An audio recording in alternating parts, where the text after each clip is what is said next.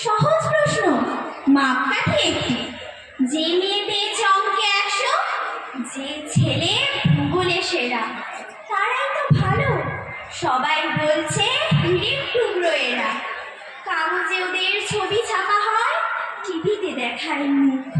ওদের জন্য আমারও তো ভাই আনন্দে ভরে বুক।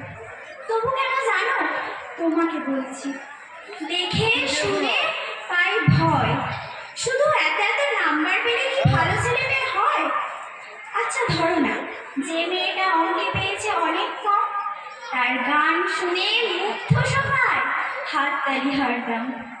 ওই যে ছেলেটা পাশ করে গেছে, এবারেও টেনে টুনে, বলবে কি ভাই আমরা অবাক ওর আবৃত্তি শুনে। নাটকেও নেশা আছে খুব, পরের বিপদে ছোটে। পাড়ার থেকে বাংলায় নাকি 30 পেয়েছে মোটে, কিন্তু মেয়েটা খেলাধুলাতে 10 খানা গায়ে নামে।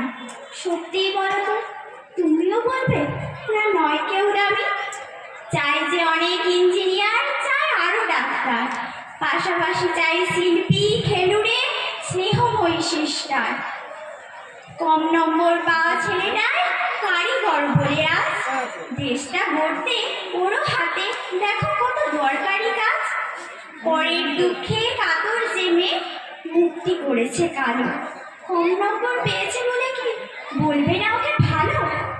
অভাবের টানে কলেজে পড়ে, ছোট নর্মার বাড়ি, তবুও ছেলেটা বাবা মাকে দেখে, ভাড়াতে চালায় গাড়ি। তাই বলছি কি, শুধু নম্বরে হয় নাকি মাপকাঠি?